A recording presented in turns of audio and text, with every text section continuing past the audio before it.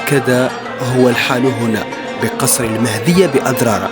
زاوية الشيخ سيدي عبد العزيز سيد عمر المهداوي تفتح أبوابها للمسلمين في 8 من شهر شوال من كل سنة احتفاء بختم صحيح الإمام البخاري، عادة دأب عليها مرتدي هذه المدرسة كابرا عن كابر، وهي سنة سنها شيخ المدرسة امتدت جذورها من سنة 98 900 وألف.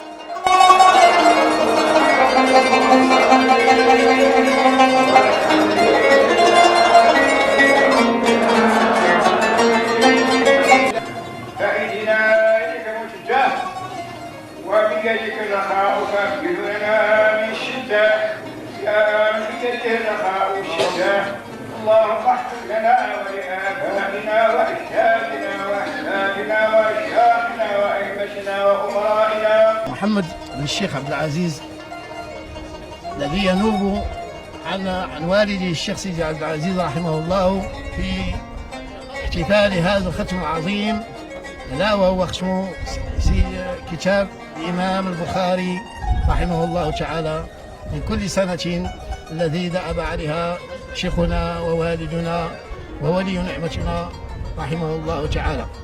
فكان رحمه الله متولعا بحديث النبي صلى الله عليه وسلم وبحديث البخاري، وله حرمة عظيمة لقراءة الإمام البخاري، فكان رحمه الله يتلوه ويقرأه في شهر رمضان من كل عام في صحته. ومنذ أكثر من 50 سنة من قراءتي مع القراءة على شيخي سيدي عبد الكريم تمرشي في بني تامر، ثم إلى تريدالج، ثم إلى مهدية، فكان في أول عمره وفي صحته كان يقرأه في رمضان من أول رمضان إلى آخر رمضان مجزأ على 30 جزءا، في كل يوم يقرأ جزء. ها هي اليوم تقام في عديد المدارس بالولاية على غرار مدرسة الشيخ سيدي محمد مبدوبي بقصر بني تامر، والتي أصبح يقام فيها افتتاح صحيح البخاري.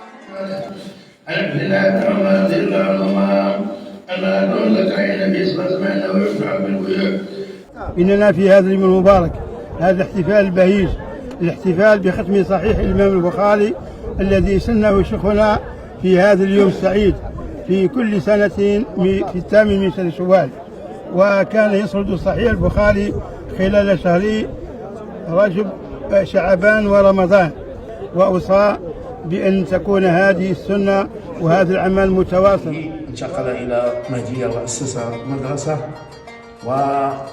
وجعل يقرأ صحيح البخاري تدريس ما يقارب 40 سنة في كل سنة من أوله إلى آخره. ثم بعد انتقاله للدار الآخرة أخذ الراية أخونا الشيخ الحاج عبد القادر مدة 13 سنة، وهو يمشي على الدرب المنهاج الذي تركه الوالد.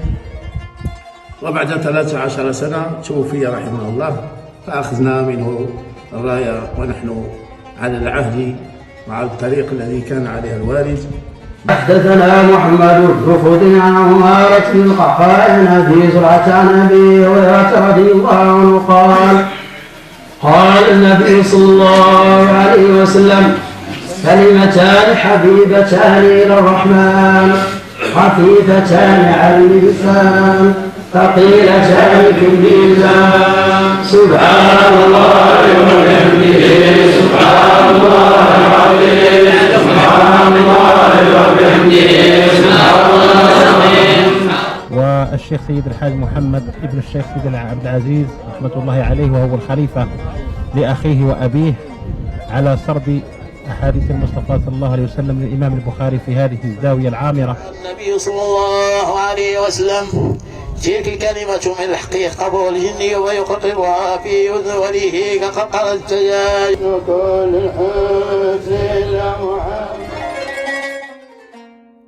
وليس بعيدا عن قصر بني تامر، هناك في قصر ملوكة تقام أيضا قراءة لصحيح البخاري بالمدرسة البلبلية، لشيخها الحاج علي البلبالي.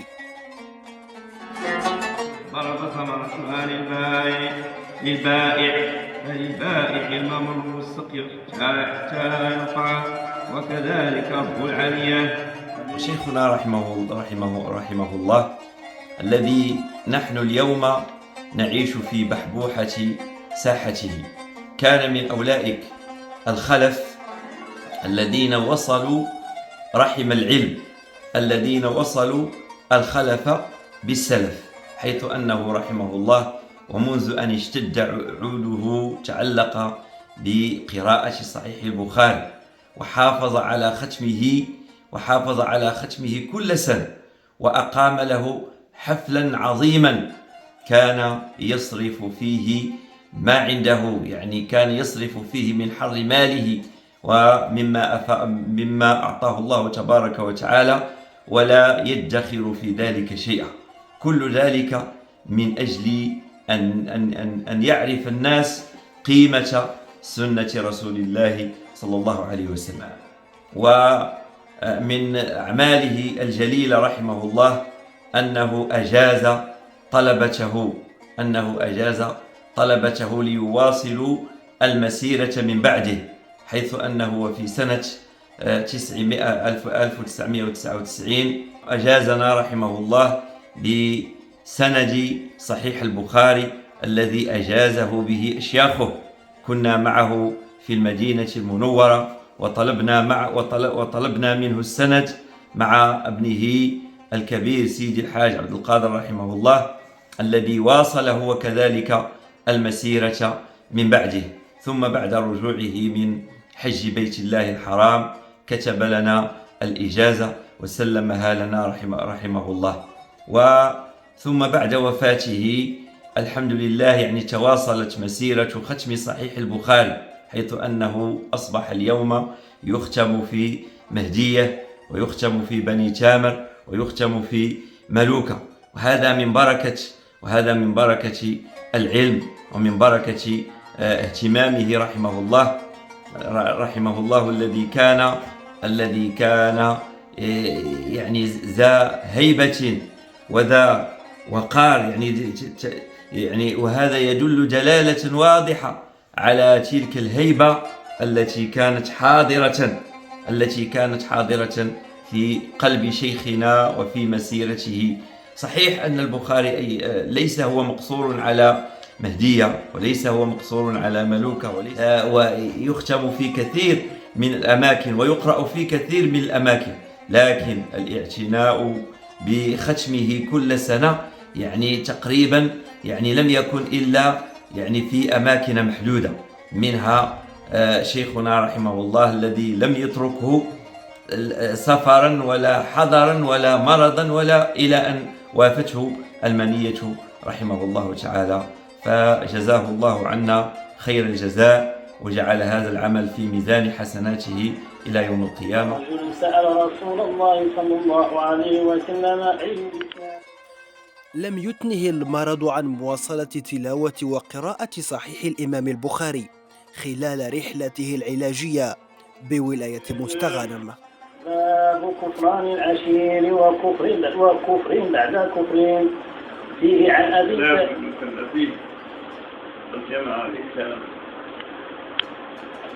كان رضي الله عنه لا يتخلى عن سرد حديث البخاري في رمضان حتى ولو كان في السفر. في أيامه الأخيرة كان عندنا في مستغانم وبدأه هناك. كان عندما يأتي الوقت شمل رضي الله عنه على سعيه ولو كان في ظروف قاسية. وكان رضي الله عنه أحيانا اشتد عليه المرض حتى نقول له لا يستطيع أن يقرأه، لكن عندما يبدأ في سرد حديث رسول الله وكأنه لم يكن به شيء، وعند الانتهاء من المجلس من الحديث من حديث رسول الله يرجع إلى حاله كما كان. وهناك سر خاص. وهكذا كما قلنا حالته في كل ما يتعلق مع رسول الله إلا وترى له أدبا، أدب عال وخلق سامي خاص. أما إذا رأيته في مسجد رسول الله وعند زيارة رسول الله فإنك ترى حالا يذكرك بالربانيين الراسخين في العلم، لأولئك الذين ذاقوا ذاقا خاصا لمحبة رسول الله صلى الله عليه وسلم، فقد رأينا منه ما لم نرى من غيره. العزة عما يصفون وسلام على المرسلين والحمد لله.